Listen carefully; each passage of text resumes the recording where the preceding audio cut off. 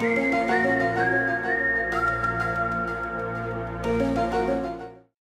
angry video game nerd.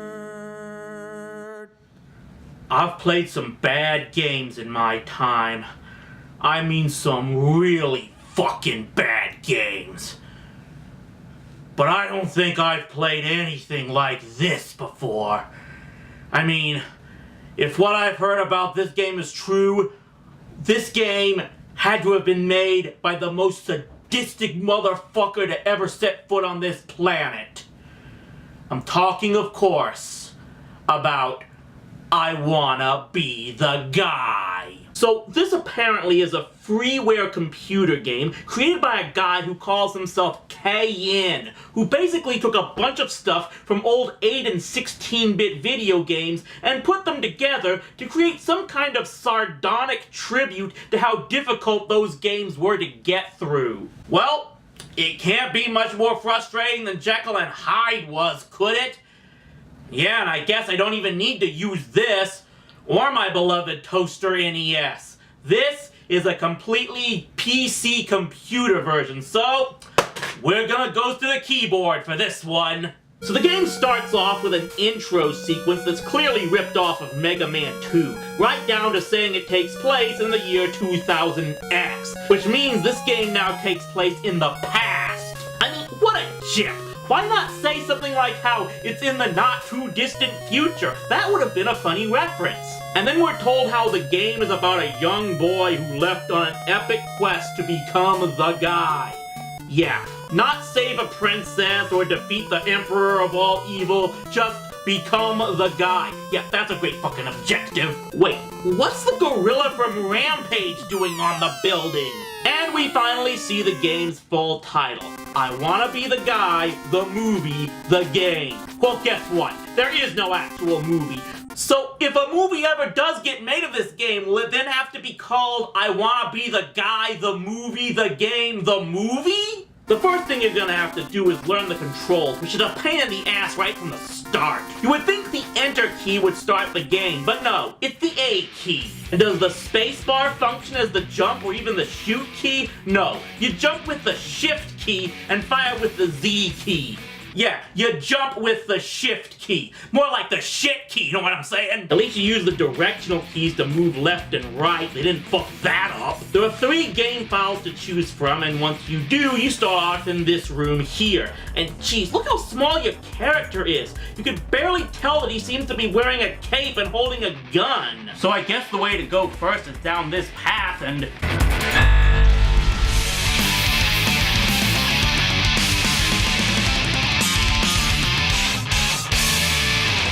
yeah, first most obvious path to take, and this wall of spikes comes out and turns into a pile of guts. So where am I supposed to go instead? Is it up this hole in the ceiling? But I can't seem to jump that high and... oh wait, you can double jump? Oh, I guess that's kinda neat, even though I can't remember a game where you can do that. An apple killed me. A fucking apple killed me! So now you gotta dodge killer fruit. And not all of them fall down, so you gotta remember which ones to dodge before you can...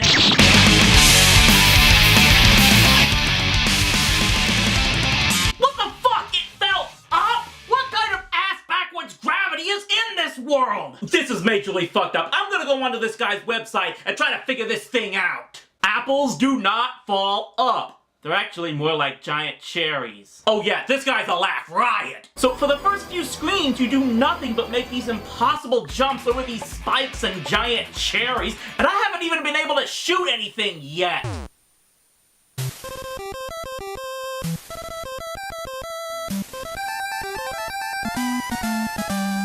Is that Mike? Yeah, it's Mike Tyson from Punch-Out! Yeah, you get to fight Mike Tyson at the very start of this game. Only this time, I don't have to punch him, I get to shoot the son of a bitch! Yeah, take that, Tyson! This is for Holyfield here!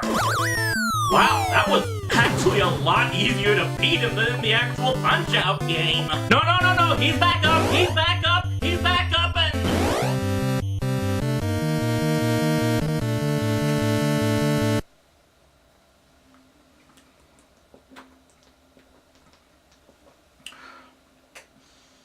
I think I'm gonna need something stronger than this. This is pretty much what the whole game is about. If it moves, it's gonna kill you. Fuck, everything except the save points and the ground will kill you. And you won't really know how to avoid anything until it kills you at least once. Everything takes exact, perfect timing to make it across all the pits and spike traps, and you have to have a photographic memory to remember when something's gonna shoot out from nowhere and frag you. And you only get one life with just the option of press R to try again. Yeah, expect this screen to be in your nightmares for several months. At least you do get to the save points, and they have one of these at just about every other screen. And trust me, getting to another save point is a major accomplishment. You're gonna want to dance across your room every time you get the opportunity to hit one of these. To say nothing of when you get to the actual boss fights. The game offers multiple difficulty levels like many games of the past did, but here, the lowest level possible is still just the medium level. And even there, they taunt you by making you wear a pink bow on your head and all of the save points say wuss on them. As if they flat out say, yeah, you're not enough of a real man to play this game the hard way.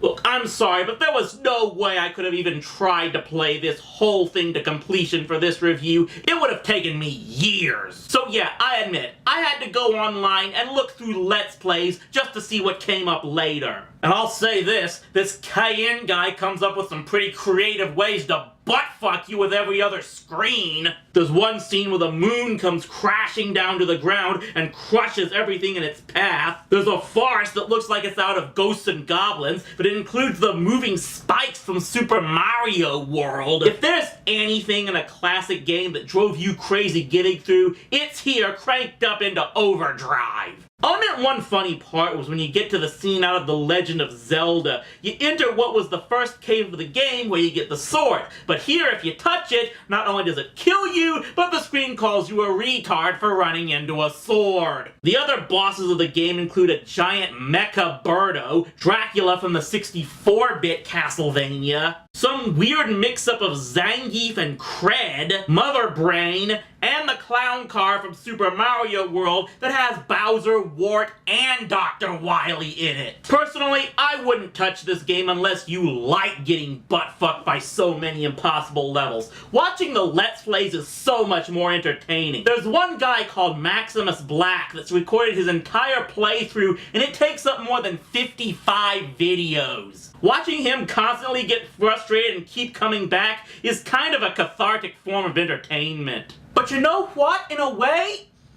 I kinda get this game.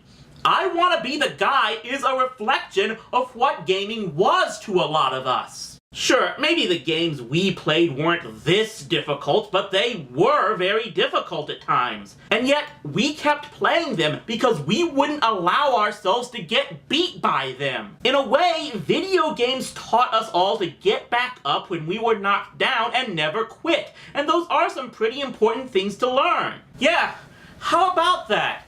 Playing video games actually taught us a lot about life. Who would have thunk it?